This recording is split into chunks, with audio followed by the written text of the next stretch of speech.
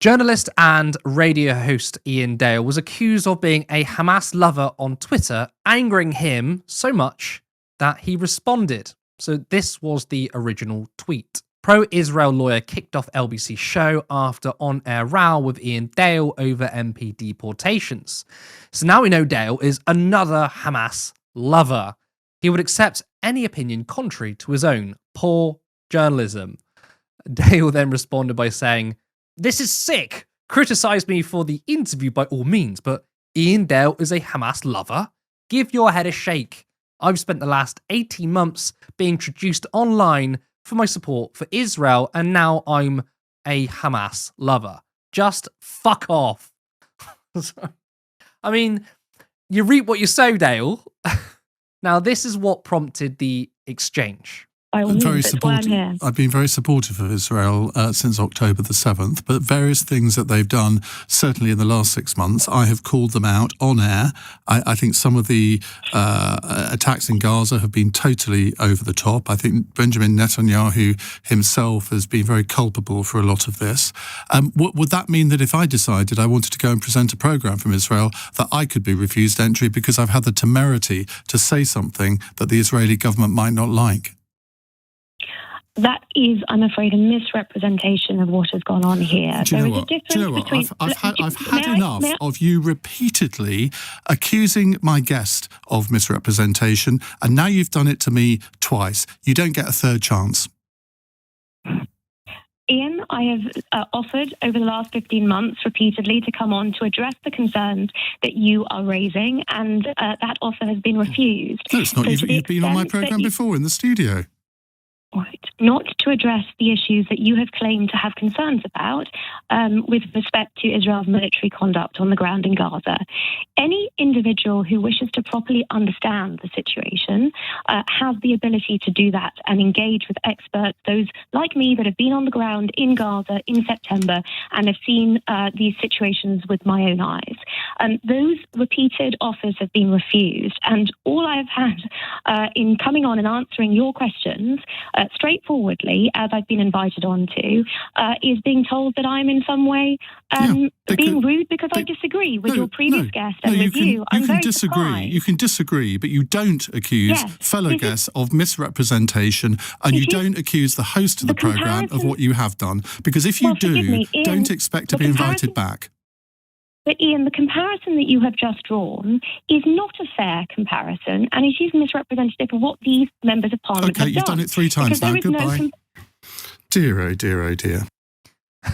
Now, that debate went on for 10 minutes. I think I was just check it out, by the way. But he was right to call out Israel for stopping the 2 Labour MPs from entering. But do I feel bad for him? No.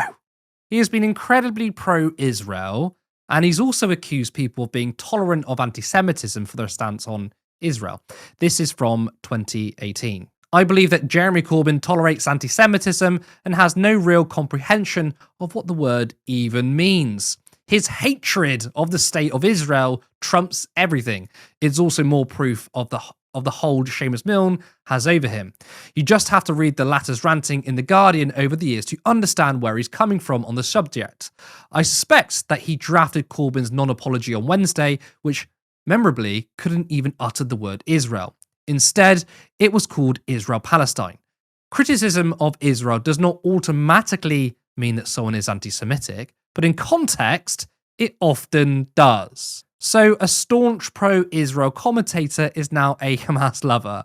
Helena, I have absolutely no sympathy from him. I'm going to assume there's no sympathy from your side either.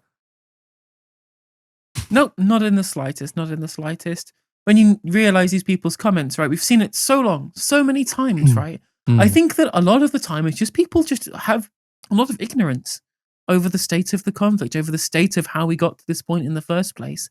Especially amongst the older generation, a lot of these people were ignorant of the realities of the Nakba, because a lot of people only knew about this in the West after the new historians got access to the classified documents in the 80s, I believe it was. People like Benny Morris, Ilan Pape got access to the declassified documents that showed the reality of the Nakba and the formation of the State of Israel. And it wasn't just this happenstance that the Palestinians happened to leave. No, they were ethnically cleansed. They were expelled. Plan Dalat was a thing. Ben Gurion was the great expeller, you know? So this foundational myth of the Israeli state that you have to kind of buy into to justify the way that it's acted from then until now, without that understanding of them being besieged upon all sides. And when in reality, well, this happened because you tried to ethnically cleanse people, because you deliberately had this plan of colonization. It was described by Jabotinsky as a colonial project, right?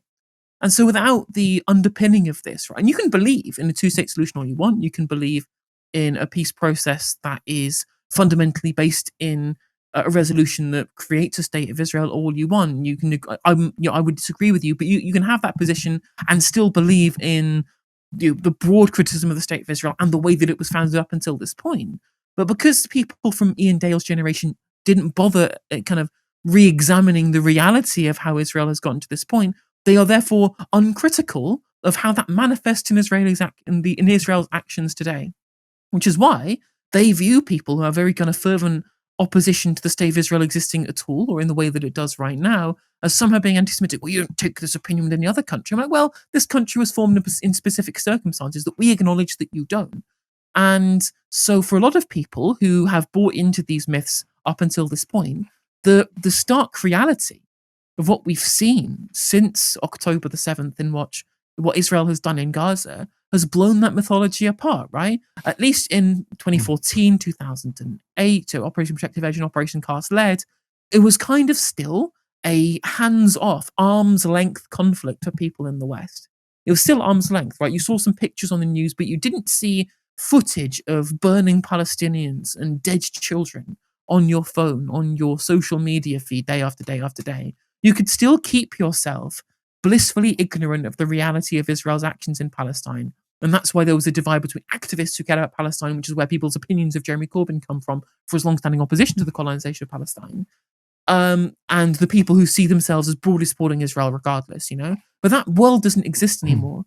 And slowly but surely, people like Iain are going to realize this. And this is why staunch defenders of Israel for so long, who've bought into the propaganda prima facie, will get so kind of frustrated with this sudden realization that they can only go back to the tropes and the canards of you're anti-Semitic, you love Hamas, because you've even been remotely critical of everything that we've seen come about from the genocide from October the 7th till today. And we know that James O'Brien was burnt with it too. Again, no sympathies for James O'Brien. But even when he was responding to the criticisms of it, he still managed to throw Jeremy Corbyn under the bus. But this is the thing, and kind of sort of alluded to something you said earlier, which is that Iain Dale says, oh, no, I criticise Netanyahu all of the time.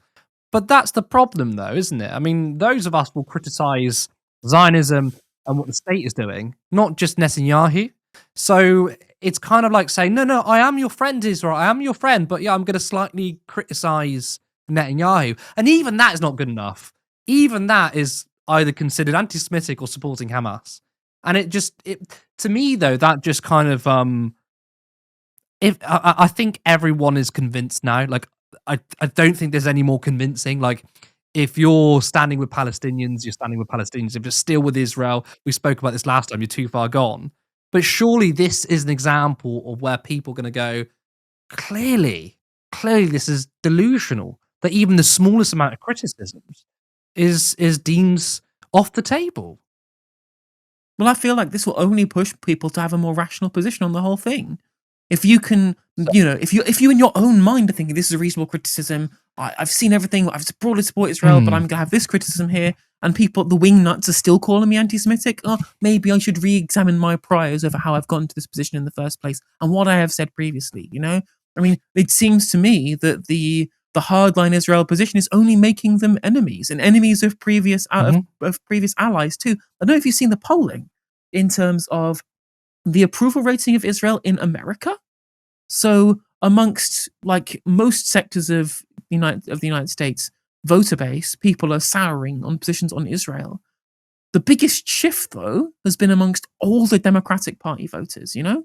Big shift. I think it was like 43% unfavorable to 65% unfavorable. That's a 20% change in position. And that's because, again, people got taught a foundational myth and they realized it was a bunch of made up bollocks, and that Israel isn't their friendly little Western democracy in the region. It's a brutal colonial apartheid state intent on ethnic cleansing and genocide.